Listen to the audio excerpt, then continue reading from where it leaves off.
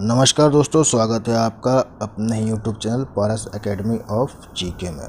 दोस्तों आज है 20 अप्रैल 2022 और 20 अप्रैल से संबंधित जितने भी करंट अफेयर्स क्वेश्चंस बने हैं हमने सबको कवर करने की कोशिश की है। दोस्तों काफ़ी इंपॉर्टेंट एमसीक्यू से जो आने वाले रेल की ग्रुप टी और एनटीपीसी के लिए अत्यंत महत्वपूर्ण है, साथ में एसएससी और बैंक के लिए भी अति उपयोगी है। तो वीडियो को अंत तक देखें। तो शुरू करते हैं कुछ इंपॉर्टेंट ट्यूशन फैक्ट जो हाल ही में घटित हुए। दोस्तों ये काफ़ी इंपॉर्टेंट है। हाल ही में विश्व धरोहर दिवस 2022 कब मनाया गया? दोस्तों मनाया गया 18 अप्रैल को। भारत और किसने क्वांटम कंप्यूटिंग पर एक वर्चुअल नेटवर्क सेंटर स्थापित करने का निर्णय लिया है? फिनलैंड।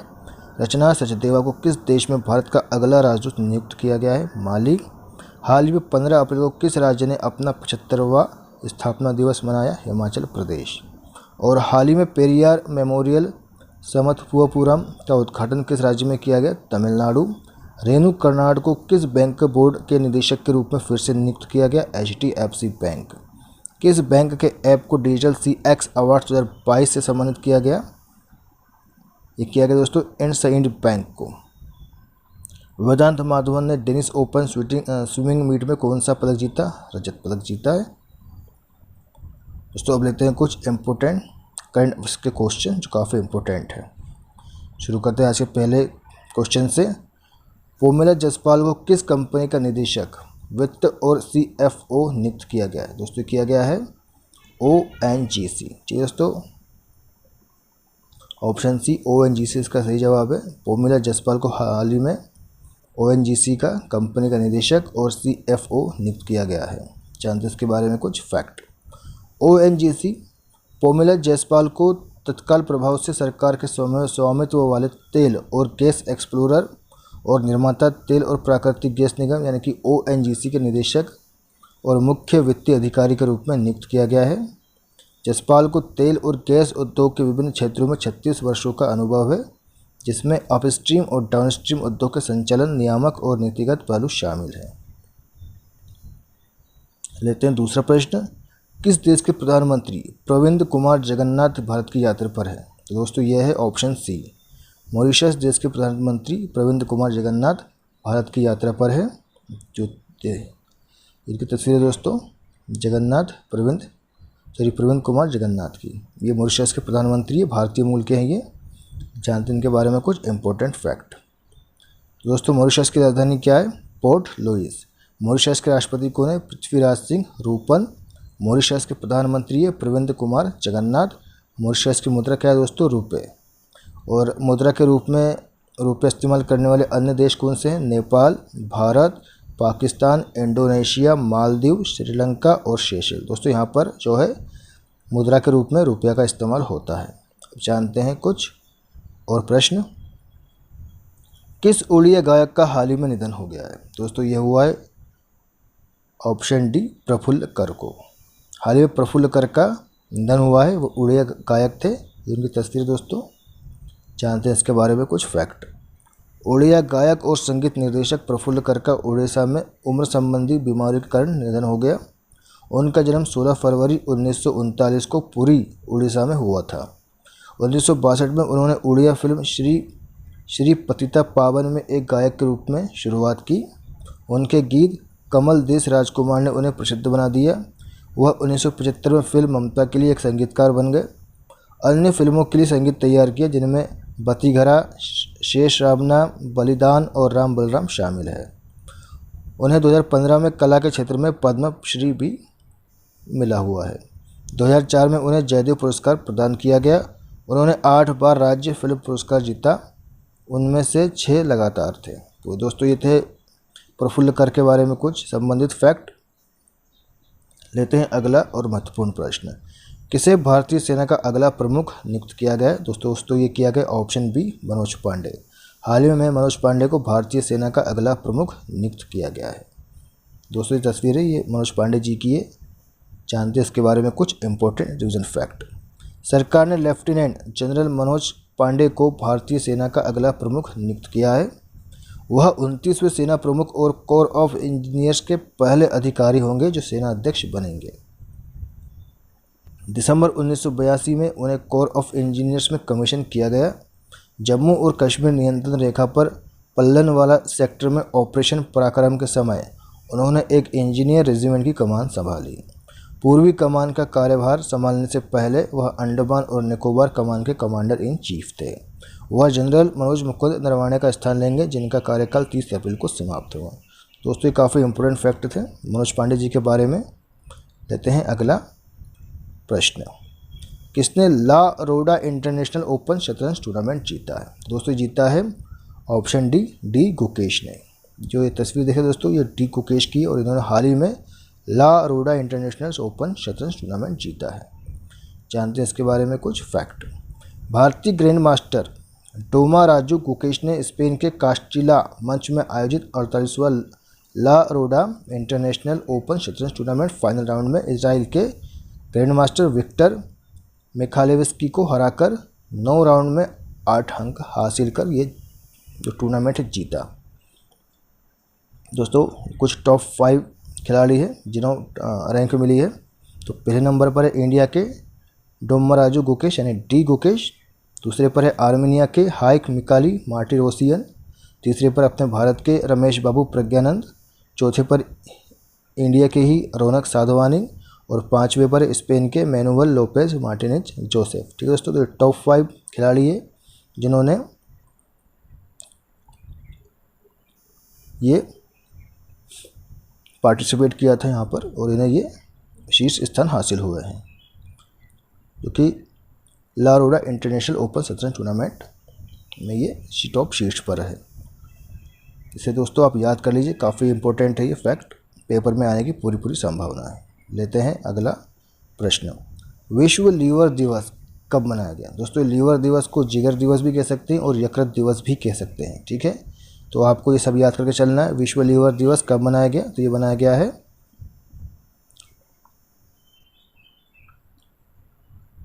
ऑप्शन डी 19 अप्रैल को। ठीक है दोस्तों, ये 19 अप्रैल कर लीजिए इसे। ऑप्शन डी 19 अप्रैल को जो है लीवर दिवस मनाया गया है। लेते हैं इसके बारे में कुछ फैक्ट। हर साल 19 अप्रैल को दुनिया विश्व लीवर दिवस मनाती है। इस दिन का उद्देश्य लीवर के विकारों और रोगों के बारे में जागरूकता बढ़ाना है। विश्व लीवर दिवस इसकी थीम क्या है? अपने लीवर को स्वस्थ और रोग मुक्त रखें। ठीक है दोस्तों, ये थीम आप याद कर लीजिए। विश्व लीवर दिवस 2021 की थीम क्या है? अपने लीवर को स्वस्थ और रोग मुक्त रखें। मस्तिष्क को छोड़कर लीवर शरीर का दूसरा सबसे बड़ा और सबसे जटिल अंग है। शराब, धूम्रपान और ड्रग्स सभी लीवर की कोशिकाओं को नुकसान पहुंचा सकते हैं। Hepatitis A, B, liver cirrhosis आदि लीवर से संबंधित बीमारियां हैं। रक्त शर्करा को नियंत्रित करता है, शरीर से विषाक्त पदार्थों को निकालता है और रक्त के थक्के में मदद करता है, और कोलेस्ट्रॉल के सबसे स्तर को नियंत्रित करता है। दोस्तों ये 2021 नहीं, 2022 है। ठीक है दोस्तों, जो मिसप्रिंट हो गया है। विश्व लीवर 2022 की जो थीम है क्या है? अपने लीवर को स्वस्थ और रोग मुक्त रखें। ठीक है दोस्तों, लेते हैं अगला इसके बारे में फैक्ट। दोस्तों जो कुछ इम्पोर्टेंट डे है अप्रैल के बारे में, अप्रैल महीने के, ये कुछ इस प्रकार है। 1 अप्रैल को क्या मनाया जाता है? उड़ीसा स्थापना दिवस। 2 अप्रैल को विश्व आत्म केंद्रित जागरूकता दिवस। 5 अप्रैल को राष्ट्रीय समुद्री दिवस। और 7 अप्रैल को विश्व स्वास्थ्य दिवस। इसकी थीम क्या थी? Our planet our health. ठीक है दोस्तों, 10 अप्रैल को बनाया जाता है विश्व होम्योपैथी दिवस। इसकी थीम क्या थी? People's choice for wellness. ठीक है, ये थीम्स भी आप याद करके चलिए, काफ़ी इंपॉर्टेंट पेपर में पूछे जाते हैं। 11 अप्रैल को क्या बनाया गया? राष्ट्रीय सुरक्षित मातृत्व दिवस। 14 अप्रैल को BR अम्बेडकर स्मरण दिवस या समानता दिवस। 17 अप्रैल को विश्व हीमोफीलिया दिवस। और 18 अप्रैल को बनाया गया विश्व विरासत दिवस। इसकी थीम क्या थी? Heritage and climate. ठीक है दोस्तों, तो ये सब इंपॉर्टेंट डेज है, इसको आप याद करके चलिए, काफ़ी इंपॉर्टेंट है ये। लेते हैं अगला प्रश्न। पूर्वोत्तर का सबसे बड़ा ऊंचा राष्ट्रीय ध्वज कहाँ फहराया गया? ठीक है दोस्तों, या फहराया जाएगा? तो ये फहराया जाएगा ऑप्शन बी मणिपुर में। पूर्वोत्तर का सबसे बड़ा ऊंचा राष्ट्रीय ध्वज जो है मणिपुर में फहराया जाएगा। जानते हैं इसके बारे में कुछ फैक्ट। पूर्वोत्तर का सबसे बड़ा ऊंचा राष्ट्रीय ध्वज मणिपुर में फहराया जाएगा। हाल ही में मणिपुर के मोइरांग में पूर्वोत्तर क्षेत्र का सबसे ऊंचा 165 फुट ऊंचा राष्ट्रीय ध्वज जो है लगाया जाएगा। मणिपुर के मुख्यमंत्री एन बीरेन सिंह ने कहा है कि मणिपुर के मोइरांग में आज़ाद हिंद फौज INA का जो मुख्यालय था वहाँ पर परिसर में पूर्वोत्तर क्षेत्र का सबसे ऊंचा यानी कि 165 फुट ऊंचा राष्ट्रीय ध्वज लगाया जाएगा। ठीक है दोस्तों, इसको आप याद करके चलिए, काफ़ी इंपॉर्टेंट सवाल है ये। 165 फुट ऊंचा जो है राष्ट्रीय ध्वज लगाया जाएगा मणिपुर के मोइरांग में। ठीक है, लेते हैं कुछ मणिपुर से संबंधित फैक्ट जो काफ़ी इम्पोर्टेंट है और पेपर में प्रश्न के रूप में आपके सामने कई बार आ चुका है या आता है। जानते हैं कुछ इसके बारे में फैक्ट। तेरहवां राष्ट्रीय उद्यान कहाँ स्थित है? तो ये है मणिपुर के केबुल लामजाओ में। राष्ट्रीय खेल विश्वविद्यालय कहाँ स्थित है? ये है मणिपुर में। कहाव क्या है? कहाव दोस्तों एक काला चावल जो मणिपुर का है। उत्तर पूर्वी भारत की सबसे बड़ी झील कौन सी है? ये है लोकटक झील। तुजु दरा किस राज्य में है? मणिपुर में। कचाई लेमन फेस्टिवल किस राज्य में का है? तो ये दोस्तों है मणिपुर का। तो ये कुछ इंपॉर्टेंट चीज़ें हैं जो मणिपुर से संबंधित है और पेपर में कई बार आ चुकी है और आ सकती है, तो इसको आप याद करके चलिए, काफ़ी इंपॉर्टेंट, नोट कर लीजिए इसे। इसी में से आपके सामने पेपर में प्रश्न आ सकता है। लेते हैं अगला प्रश्न। किसने मोंटे कार्लो मास्टर 2022 पुरुष एकल का खिताब जीता है? ठीक है दोस्तों, तो जीता है ऑप्शन डी स्टेफानोस सित्सिपास ने। ठीक है दोस्तों, किसने जीता? ये स्टेफानोस सित्सिपास ने। ये जो तस्वीर देख रहे हैं ये उन्हीं की है। इन्होंने हाल ही में मोंटे कार्लो मास्टर्स 2022 का पुरुष एकल का खिताब जीता है। जानते हैं इसके बारे में कुछ इंपॉर्टेंट फैक्ट। ग्रीस के स्टेफानोस सित्सिपास ने रोलेक्स मोंटे कार्लोस मास्टर 2022 में पुरुष एकल का खिताब जीता है। मोनाको में मोंटे कार्लो कंट्री क्लब में आयोजित रोलेक्स मोंटे कार्लो मास्टर्स 2022 115वें संस्करण में पुरुष एकल का खिताब जीता है। Rolex Monte Carlo masters club पर खेले जाने वाले 3 ATP मास्टर्स 1000 टूर्नामेंटों में से पहला है। यह उनके 8वें एसोसिएशन ऑफ टेनिस प्रोफेशनल यानी ATP टूर खिताब के साथ साथ उनके करियर का दूसरा ATP मास्टर मोंटे कार्लो खिताब है। उन्होंने अपना खिताब बरकरार रखने के लिए स्पेन के एलेजांद्रो डेविडोविच फोकिना को हराया। ठीक है दोस्तों, तो फाइनल में किसे हराया गया? इन्होंने स्पेन के एलेजांद्रो डेविडोविच फोकिना को। 2018 में स्पेन के राफेल नाडाल के बाद मोंटे कार्लो मास्टर्स में पहला रिपीट चैंपियन बने। ठीक है दोस्तों, मोंटे कार्लो मास्टर में एक के बाद एक जीतने वाले ये 6ठे खिलाड़ी बन गए हैं। राफेल नाडाल ने 11 बार रोलेक्स मोंटे कार्लो मास्टर्स जीता है, जिसमें 2005-2012 के बीच एक एकल ATP टूर इवेंट में एक ओपन एरा रिकॉर्ड 8 लगातार खिताब शामिल है। स्टेफानोस सित्सिपास विश्व रैंक जिनके 5 हैं, ने 2022 और 2021 ATP मास्टर 1000 मॉन्टे कार्लोस सहित 8 ATP टूर टाइटल जीते हैं। उन्होंने 2019 नेटो ATP फाइनल जीता और सिडनी में 2001 में लेटन हैविट के बाद सबसे कम उम्र में नेटो ATP फाइनल चैंपियन, साल के अंत में चैंपियन बने। ATP पुरुषों के पेशेवर tournament circuit ATP tour, ATP challenger tour और ATP चैंपियंस टूर का शासी निकाय है। इसके अध्यक्ष कौन है? एंड्रिया गोडेंजिक। इसके CEO कौन है? मासिस्मो कैलेवेली। तो दोस्तों ये कुछ फैक्ट थे मोंटे कार्लो से संबंधित, ATP टूर से संबंधित। अब लेते हैं अगला प्रश्न। पहले सेमिकॉन इंडिया 2022 सम्मेलन का आयोजन कहाँ होगा? तो दोस्तों ये होगा ऑप्शन ए बेंगलुरु में। ठीक है दोस्तों, बेंगलुरु में पहले सेमिकॉन इंडिया 2022 सम्मेलन का आयोजन किया जाएगा। जानते हैं इसके बारे में कुछ फैक्ट। सेमिकॉन इंडिया 2022 एक 3 दिवसीय सम्मेलन इलेक्ट्रॉनिक्स और सूचना प्रौद्योगिकी मंत्रालय द्वारा 29 अप्रैल से 1 मई 2022 तक ITC गार्डनिया बेंगलुरु में आयोजित किया जाएगा। इसका विषय design and manufacture in India for the world making India A semiconductor nation है। इलेक्ट्रॉनिक्स और सूचना प्रौद्योगिकी राज्य मंत्री राजीव चंद्रशेखर ने इंडिया सेमीकंडक्टर मिशन लोगो का अनावरण किया। वाराणसी के प्रशांत मिश्रा ने लोगो को बनाया है। लोगो हाथ मिलाने के आकार और अंग्रेजी के S अक्षर को दर्शाता है। हाथ मिलाना एक सहयोगी दृष्टिकोण का प्रतीक है और S का मतलब सेमीकंडक्टर। ठीक है दोस्तों, तो ये फैक्ट था उसके बारे में। लेते हैं अगला प्रश्न। किसने हॉकी इंडिया सीनियर पुरुष राष्ट्रीय चैंपियनशिप 2022 जीती है? ठीक है दोस्तों, तो ये जीती है ऑप्शन सी हरियाणा ने। हरियाणा ने हाल ही में हॉकी इंडिया सीनियर पुरुष राष्ट्रीय चैंपियनशिप 2022 जीती है। जानते दोस्तों इसके बारे में कुछ फैक्ट। हरियाणा ने भोपाल में 12वीं हॉकी इंडिया सीनियर पुरुष राष्ट्रीय चैंपियनशिप 2022 जीती। हरियाणा ने सीनियर पुरुष राष्ट्रीय चैंपियनशिप 2022 के फाइनल में तमिलनाडु को हराया। शूट आउट में हरियाणा ने अपने पहले 4 प्रयासों में 3 बार गोल किए, जबकि तमिलनाडु ने केवल 1 गोल किया। हरियाणा 2011 के बाद सीनियर पुरुष राष्ट्रीय चैंपियनशिप का विजेता बना है। कर्नाटक ने महाराष्ट्र को हराकर टूर्नामेंट में तीसरा स्थान हासिल किया। दोस्तों पहले पे रहा हरियाणा, दूसरे पर तमिलनाडु और तीसरे पर कर्नाटक और चौथे पर महाराष्ट्र। ठीक है दोस्तों, तो ये फैक्ट थे, इसको आप याद करके चलिए। 12वीं हॉकी इंडिया सीनियर पुरुष राष्ट्रीय चैंपियनशिप 2022 से लेते हैं कुछ महत्वपूर्ण जानकारी है जो बहुत ही इंपॉर्टेंट है और पेपर में पूछी जा सकती है। हाल ही में वर्ल्ड एथलेटिक्स ने किसे woman of the year award से सम्मानित किया है? अंजू बॉबी जॉर्ज को। किसके अनुवाद टॉम ऑफ सेंट अंतर्राष्ट्रीय बुकर पुरस्कार के लिए नामांकित किया गया है? गीतांजलि श्री को। किस भारतीय गणितज्ञ को युवा गणितज्ञों के लिए रामानुजन पुरस्कार 2021 दिया गया है? नीना गुप्ता को।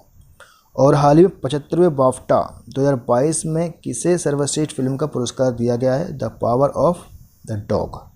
भारत के राष्ट्रपति ने किस देश के सेना प्रमुख को भारतीय सेना के जनरल का पद प्रदान किया है? नेपाल। किस सेना नौसेना कमान द्वारा एक अपतटीय सुरक्षा अभ्यास प्रस्थान आयोजित किया गया? पश्चिमी नौसेना कमान। अमेरिका और किस देश ने सबसे बड़ा सैन्य अभ्यास बालकृतन 2022 किया है? फिलीपींस के साथ। आयरन डोम पद्धति वाला एकमात्र देश कौन सा है? इजराइल। तो दोस्तों ये कुछ महत्वपूर्ण जानकारियाँ थी जो पेपर में आ सकती है। ठीक है, हमने आपके लिए ये लेकर आए हैं, इसे आप नोट कर लीजिए, इसी में से कुछ प्रश्न आपसे पूछे जा सकते हैं। लेते हैं अगला और महत्वपूर्ण प्रश्न।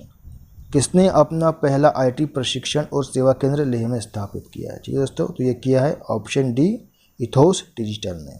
ठीक है, इथोस डिजिटल ने हाल ही में अपना पहला IT प्रशिक्षण और सेवा केंद्र लेह में स्थापित किया है। जानते हैं इसके बारे में कुछ इंपॉर्टेंट फैक्ट।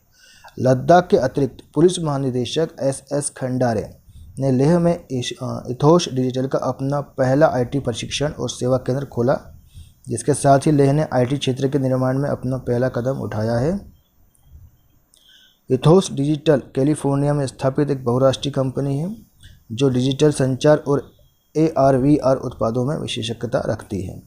इथोस डिजिटल को लद्दाख में पहला IT कार्यालय स्थापित करने के लिए असीम फाउंडेशन, जो पुणे स्थित एक गैर सरकारी संगठन है जो शिक्षा, व्यवसाय, स्वास्थ्य, खेल और सतत विकास के क्षेत्रों में भारत के सीमावर्ती क्षेत्रों में काम करता है, द्वारा सहायता मिली थी। देते हैं अगला और महत्वपूर्ण प्रश्न। विप्रो ने किसे भारत का नया कंट्री हेड नियुक्त किया? ठीक है दोस्तों, तो ये किया है ऑप्शन डी, सत्य ईश्वरन को। जो आप तस्वीर देख रहे हैं ये सत्य ईश्वरन की है। इन्हें हाल ही में विप्रो ने भारत का नया कंट्री हेड नियुक्त किया है। अब जानते हैं इसके बारे में कुछ फैक्ट। विप्रो ने सत्य ईश्वरन को नियुक्त किया है भारत का नया कंट्री हेड। दिग्गज भारतीय IT कंपनी विप्रो ने सोमवार को सत्य ईश्वरन को भारत में अपना नया कंट्री हेड नियुक्त करने का ऐलान किया है। सत्य ईश्वरन पर रणनीतिक परामर्श, आधुनिकीकरण और नए बदलाव के जरिए सभी अहम सेक्टर में विप्रो के भारतीय बिजनेस को मजबूत करने की जिम्मेदारी होगी।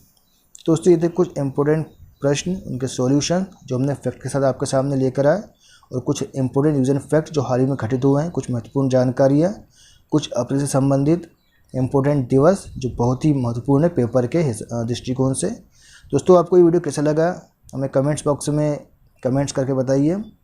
चैनल को लाइक करिए, शेयर करिए, सब्सक्राइब करिए, बेल आइकन का बटन प्रेस कर दीजिए जिससे आपको जीके अपडेट्स मिलता रहे। दोस्तों आप हमारा PDF जो है डिस्क्रिप्शन बॉक्स से डाउनलोड कर सकते हैं। वीडियो को देखने के लिए बहुत बहुत धन्यवाद, और एक बार फिर दोस्तों चैनल को सब्सक्राइब करें। जय हिंद, जय भारत।